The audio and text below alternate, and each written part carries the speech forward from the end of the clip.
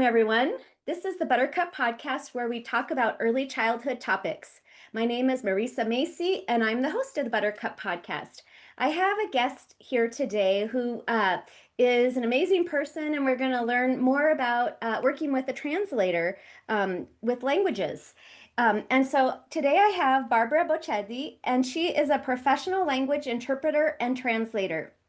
Her training is in classical studies with a secondary school certificate in Italian, Latin, and Greek. Ms. Bocedi has a higher education diploma in English, German to Italian translation. She has 30 years experience as a translator, interpreter, and teacher of English, German, and Italian to foreigners, instructor of private classes and business courses. In addition to being a translator with an Italian agency, Ms. Bocedi worked in the customer service and then as a translator localizer in the software industry in Dublin. She started as a freelance business person in 2001 and moved back to Italy. Currently, Ms. Bocedi is passionate and manages her language business, carrying out translation and proofreading from English to Italian and vice versa, and from German into Italian in various fields. Ms. Bocedi is also a business and consecutive interpreter and teaches English and German as well as Italian. Buongiorno, ciao Barbara. Buongiorno, buongiorno a tutti. Hello. I'm so glad to be here. I'm and so to take glad you're part here. in this. Okay. Yes. Thank you, Barbara. How did you get started in this work? So it was a long time ago, of course. I started after my secondary school studies. I had to decide what to do. So I always been passionate about languages, especially English, because that was at the time the only foreign language I knew. So I decided to enroll in university, but then I realized that for language university was not exactly what I wanted to do, because it was more about literature. I didn't want to become a teacher at the time. So I decided to specialize more into technical interpreting, technical translation, actually, in many fields, and consecutive interpreting. So I studied in Bologna, and I finished my studies in 1994. Then I started immediately to work as a translator in a translation agency. I was the only employee, so I learned a lot during that experience. It was really nice because I had the opportunity to explore anything that I had studied before that. And I especially liked the fact that I was supporting companies in Italy, in this part of Italy, northern Italy. I'm in Reggio Emilia, by the way, where, yes, the companies needed somebody translating for them and interpreting for them, especially in business trips abroad. So I really liked going around and see places like Norway, where I had to speak English, and German-speaking countries like Germany, Switzerland, and Austria. And apart from that, I was in the office translating. After that, I go on with my experience.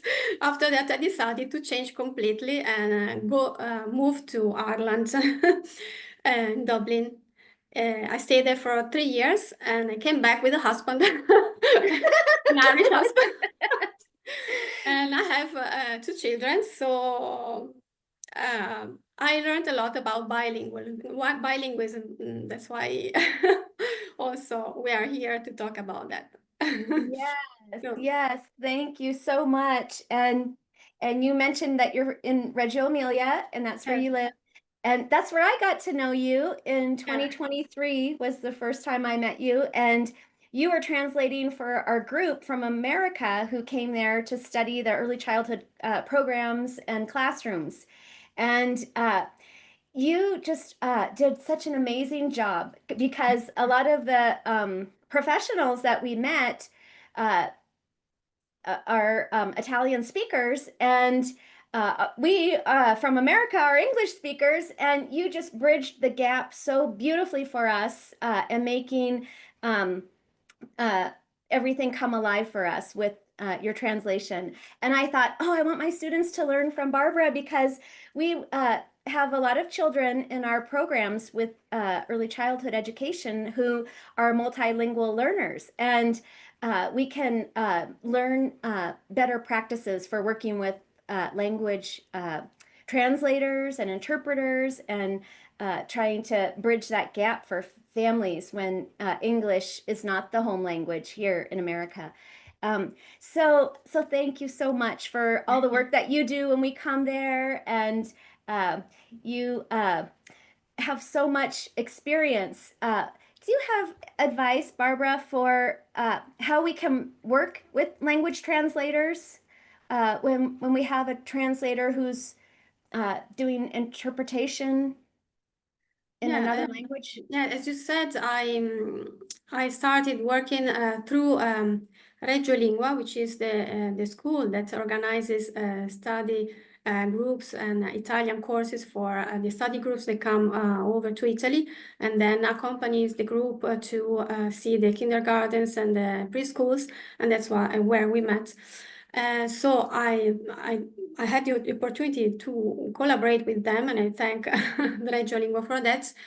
And that's why, after so many years of doing this regularly, every year when the American study groups arrive, I'm available for them. I yeah I realized that of course you don't have to be to translate literally and to translate word by word, but you have to become experienced and to specialize in the industry, in the sector. So yeah, the advice that I give interpreters that want to specialize in this sector is to read and study as much as possible about education, um, early childhood education, so that even when initially everything might sound a bit too abstract, then you put the pieces together and you are able to interpret in the right way the words that are able to bridge two different cultures. So this is what I do for professionals working in this sector. I don't translate for children and the teachers, but I translate for professionals that come to know a bit more about the industry and the sector. So my advice is to specialize as much as possible, so you're able to understand more what's behind the psychology of childhood education, and to observe what the children do when they work along with the teachers, and to observe the teachers observing the children. And so this is a way to get completely involved uh, in this. Yes.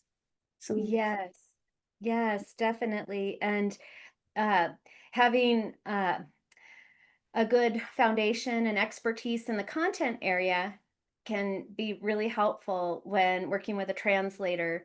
Um, and one of the things that a lot of us experience when we come over to Reggio Emilia is Italian is the dominant language in Emilia-Romagna. Most people speak Italian. Some people speak English or a little bit of English, but when you go to Italy, you hear language everywhere that's Italian, not too much English or other languages, but it's an Italian.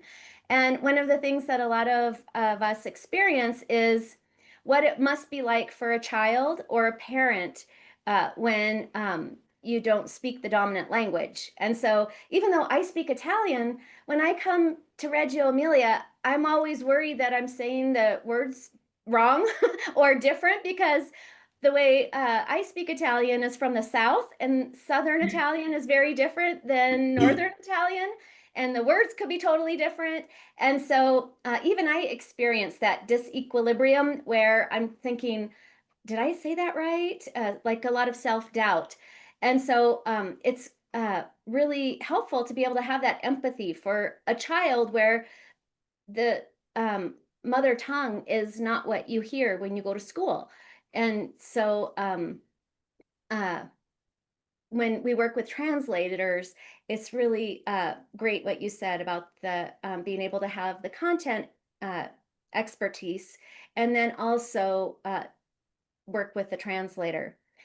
So in your career, do you have like an aha moment where the light bulb just went on for you about your passion for your work with languages? Well, there are so many moments, and the business evolves all the time. So the passion for languages evolves in different ways. So first, I started as a translator, and I preferred being a translator, sitting at my desk and translating complicated and technical stuff, mechanics and automotive industry documents. Then I realized, okay, I want something more creative. So then I started to accept different jobs. And after that, I said, okay, I would like to be more in touch with people. So then I started being more available for interpreting jobs or lately even teaching. At the beginning, I never thought I would teach. I would like teaching. Of course, I don't teach in schools, in public schools, but I teach privately. So I teach smaller groups and or individuals. So I realized that the older I get, the more I enjoy transferring knowledge to people that want to learn a new language. And lately, I've been also teaching Italian to foreigners. Right now, I'm teaching a course of immigrants from Pakistan, which is not easy because, as you said, this part of Italy has a way of speaking that might be different from Napoli or Rome. The accent is completely different. So I put myself in their shoes and see how it must be really difficult for a beginning to start learning Italian. But then I try to be sympathetic and to feel the empathy for these people that leave their country to start anew with a job that maybe they don't like, and they have to start from scratch and learn the alphabet. So I really enjoy that. So that's part of my, yeah, this is one of my aha moments. And lately, I also had a special guest in my house because I also have, thanks to Reggio Lingua, I'm available for homestay programs. So the student stays in the teacher's home for 1 or 2 weeks.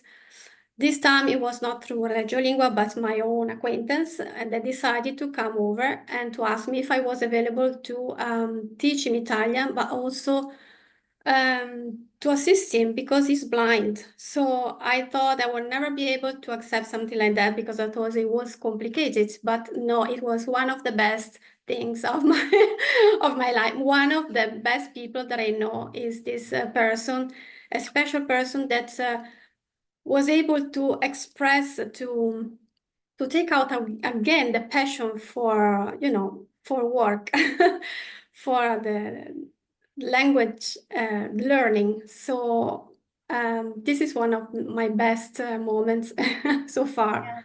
Oh, I So, love that.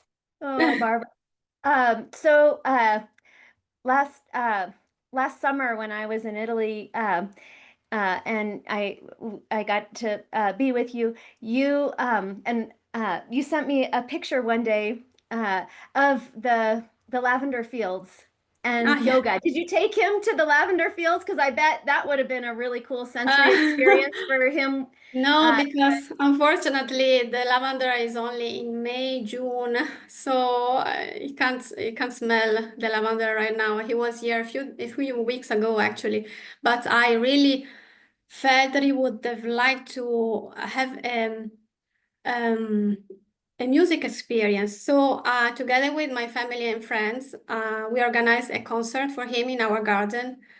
We did it especially for him, although maybe it was not his kind of music, but I tried to put myself, you know, in a different situation. We take for granted so much that everybody can see, but we don't understand that there are other ways of feeling. So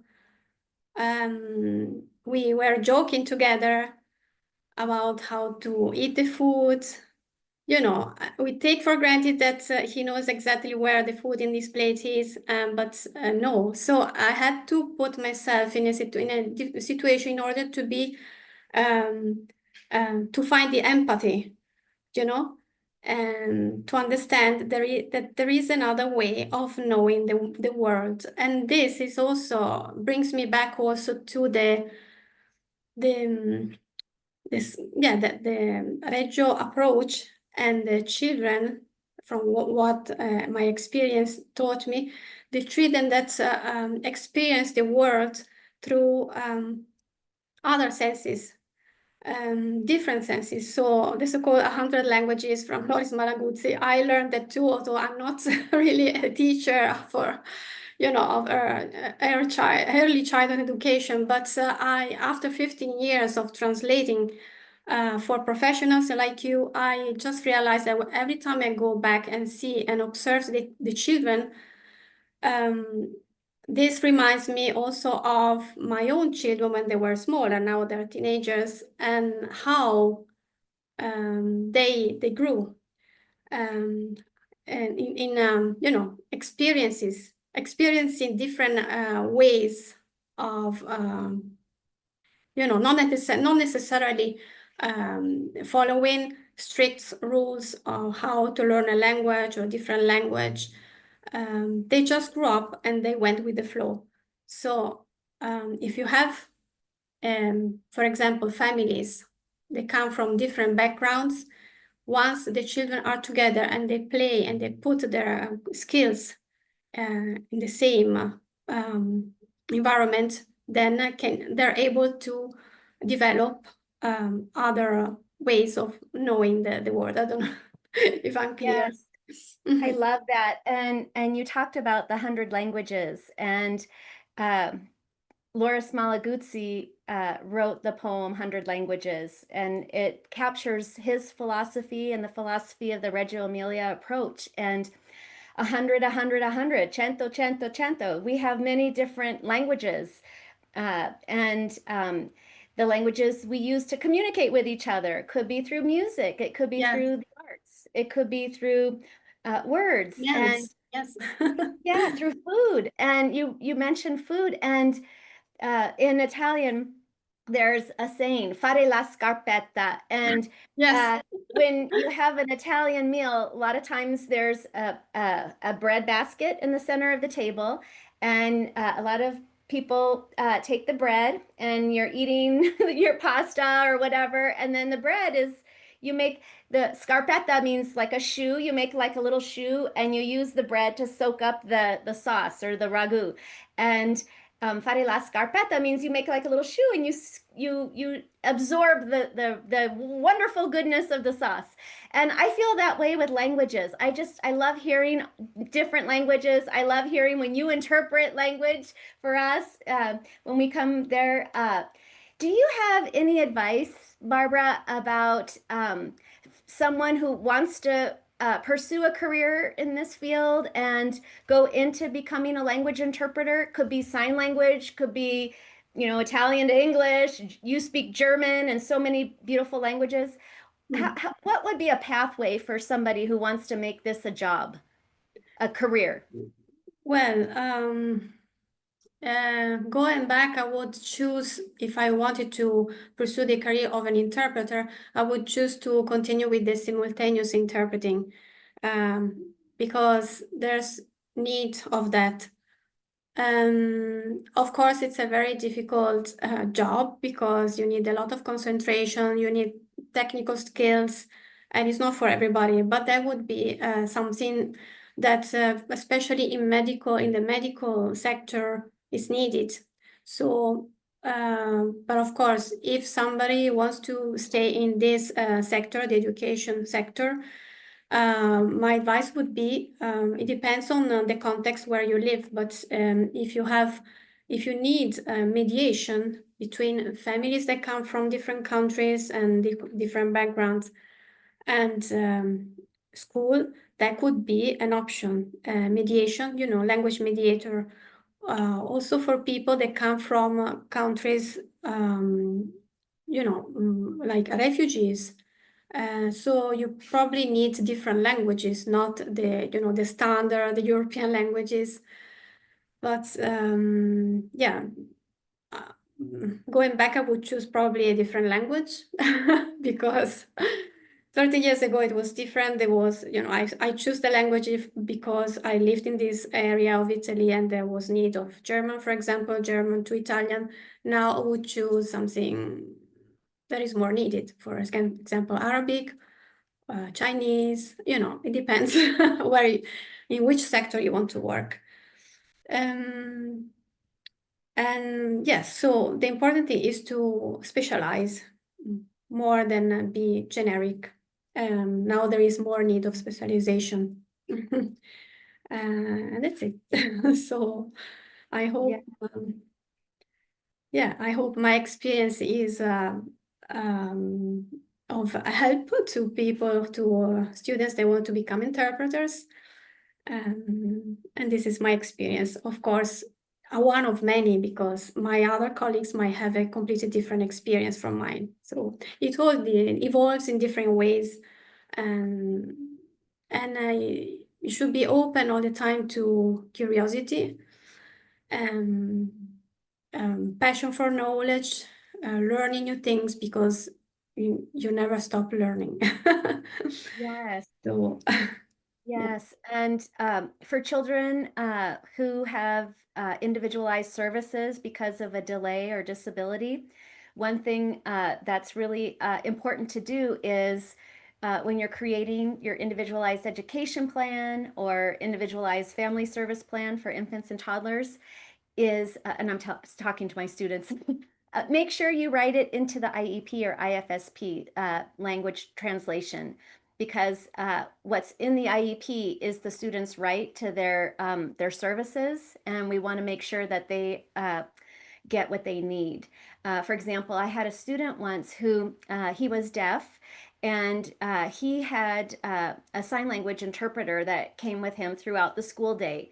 Well, he wanted to do basketball as an extracurricular sport at the end of the day, and his family and the student and the rest of the team wanted to make sure that he could have the service beyond the school day. And so we wrote it right into his individualized education plan that, he would have the sign language interpreter during the school day, but he also was able to have that service uh, uh, later on in the day when he went to basketball games and basketball practice, because that was part of his plan.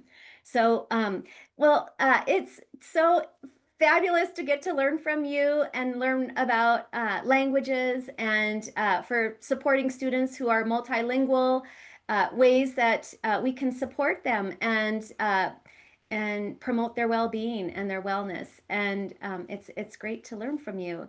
I wanted to add, yeah, you talk about the sign language interpreting. I think that's very important. And another thing that I would do if I had the possibility to go back, I would study that, because I think it's extremely important to support these students.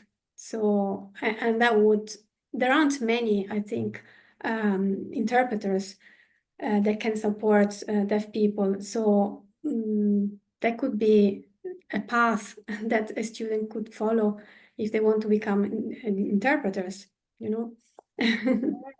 Yes, definitely.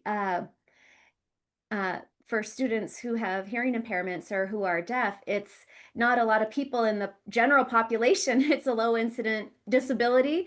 And it's even harder to find a great interpreter, either Yes. for Mhm. sign language or language interpreters.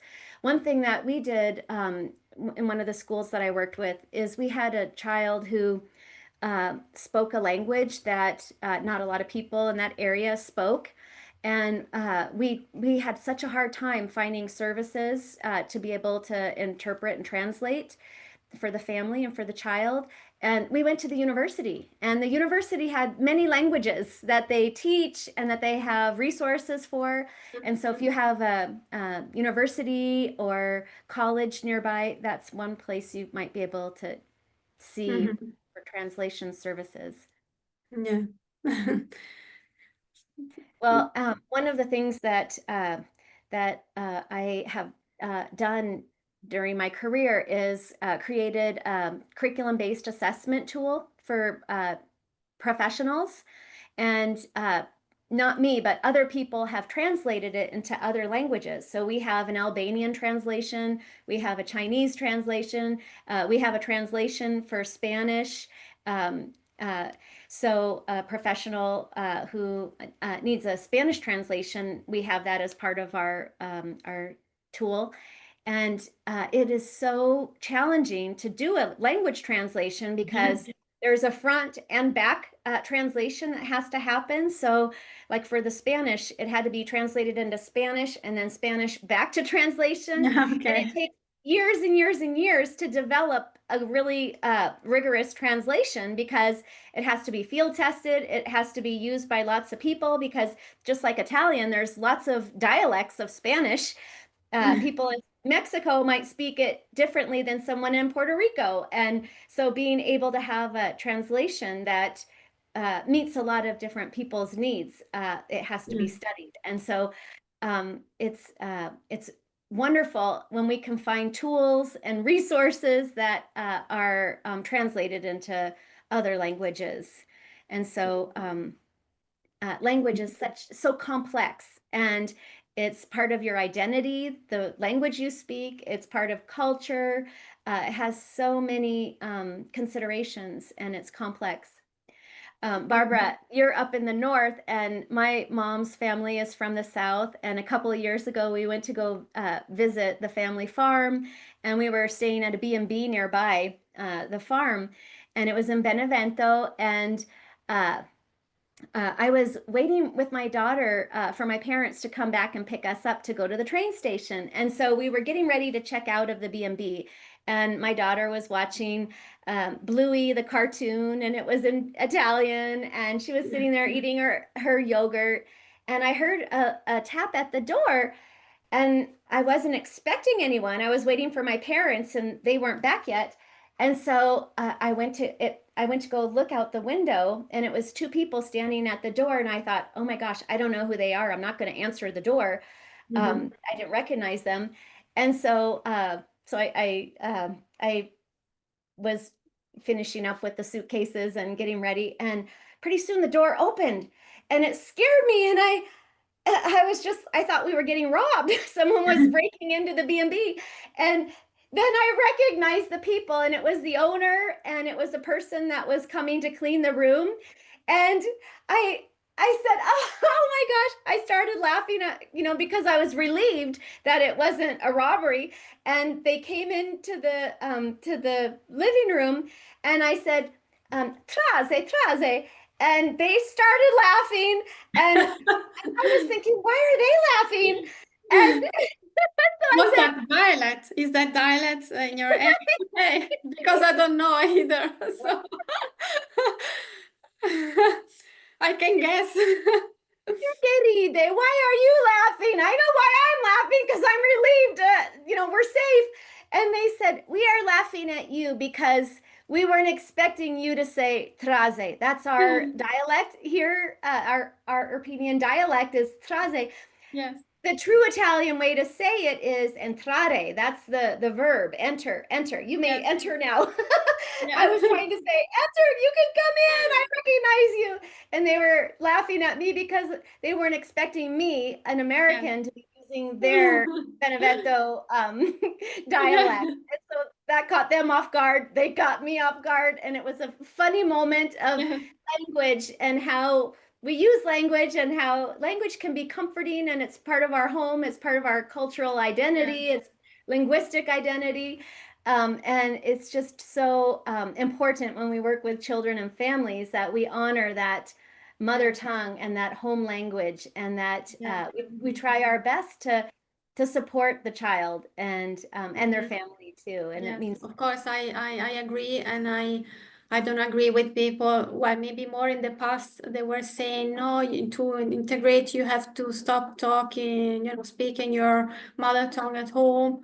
You have to completely integrate, but you can't cancel the family history. You can't force some people to speak differently at home. Home is home.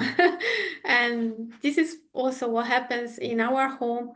Our children grew bilingual because my husband always speaks English. He's always spoken English at home. I have always spoken Italian. We live in Italy.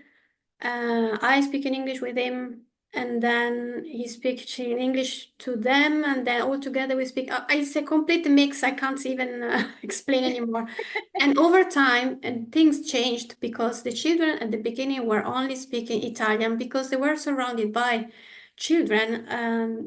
We live in a smaller town, so it's not a big city where you have multilingual communities. So they were the only ones speaking English at home, and they felt different. So once you are in an environment where other children speak a common language, of course, you don't need an interpreter, between children, because they learn quickly, they grow bilingual. Maybe they might be a bit slower at the beginning compared to their monolingual friends, but then they are enriched. They have an enriched vocabulary. At some point something clicks, and when they go to school later on in life, then they realize how good it is that they're bilingual or multilingual, because I think it gives you more richness. You're more open-minded, and you're more flexible and hopefully more tolerant in the future. I yeah, mean, this is the dream of a different, generation that should be more tolerant. So, yes, based on their linguistic background too. So, yes. And having at a young age more than one language can be a developmental advantage. yes, Being able to speak more than one language is a superpower. yes, And yeah, it is amazing when children are learning a language, and when they have more than one language, and it then they can teach their parents at home. I yes. one of the students that I have in the ones that I'm teaching now, some of them are from Pakistan, but another one is from Peru. So he speaks Spanish, very similar to Italian, but he gets confused all the time. So he says that he wanted to learn better Italian because his daughters, 6 and 8, are now correcting him. They know more than him. So, yes, I want to improve my Italian because otherwise I can't have a proper conversation with my children. And they're in an age when they want to speak Italian more than Spanish because their friends speak a common, language. But this doesn't mean forget about your mother tongue. So anyway, it's a very Yeah. interesting subject, and you should, study. There are many books to read about that, and I was always been interested about that. Yes. Okay. Yes. Well, I was just remembering, so you work with Reggio Lingua, and that's a company in Reggio Emilia that uh, they coordinate and host delegations that come to Reggio Emilia. They have lots of different parts to their business, but one of them is for people that come there to study the early childhood programs. And and so uh, our colleague Daniela, she is a linguist. She's also studied in Bologna at the University of Bologna. And this one time, Daniela and a bunch of us were taking a train, and we were just talking about our favorite word. And she said her favorite word was the word for popcorn in Italian. Scoppieri? Come si Scop- dice? Scoppiettare? No, the verb Scoppiettare? For scoppiettare is popcorn. yes. The verb is scoppiettare because they scoppiano like pop. Yes. They pop. Yes. And so we started playing this word game, and that was her favorite word. And then it was so fun to hear everybody's favorite word at the and so I said my favorite word at the moment, and my favorite word always changes. If you had to pick a word in English, what is your favorite word, Barbara? Do you have a favorite word? Oh, I have no idea now. And if I have to tell you, we speak at home. We speak a lot of slang from Yeah, Ireland. yeah, But, from Ireland. from Yeah. Ireland, it's so funny because yeah, every day there's something new that I learn from my husband. But now I can't tell you exactly. There are some. I really like. I really laugh when we had a guest from the States, actually from Michigan. That was through Reggio Lingua, and she told me that in Michigan they know the saying, the Irish goodbye, for example, because the Italian goodbye is ok, ciao, ci vediamo, and then you stay there forever, and then you start another, topic, and then yes, yeah, after half an hour you're still there. The Irish goodbye is bye bye, see you, bye bye. It's not a word, but it's just a way of being. Yeah, It's funny. that is so funny. So goodbye, The Irish goodbye. No. Irish goodbye. Yes, You yes. disappear. And you disappear. Yes, Next, next. yes. Whenever we have a family event, and all my relatives come, it takes at least a half an hour to say goodbye, because there's the goodbye that That's the happens Italian goodbye in the then. living room. Yeah. And then there's a goodbye that happens by the coat closet. And then, we have to walk them to their car, and there's a goodbye that happens in the driveway. And then there's the goodbye that happens, as they're driving away. And it takes a long time to say goodbye in Italian. A posto. Ci vediamo. And arrivederci is a way we could say goodbye and in Italian. And in English, goodbye, we have many ways we can say goodbye. And in Italian, we have many ways Yes, we can yes. say goodbye. And Topolino, Mickey Mouse, and Disney World, they have a way they say goodbye, and they don't say like final goodbye. They say we'll see you real soon, and that's what I want to say to you, Barbara. I will see you real soon in Okay. Italy, and I want to know, Barbara, how can not just me but my students and others, how can Yes. they follow you? Okay. Because Well, we don't have to say goodbye. They can keep following you. yes, I'm not really active in social media, but you can follow me in LinkedIn. Yes. And then, of course, I have also a page in Reggio Lingua homestay programs, where you can also see my house, the place where I live. And then what else? Well, Tradinfo Association is the translators association I'm a member of, and that's it for the moment. Okay. Excellent. Thank you, Barbara.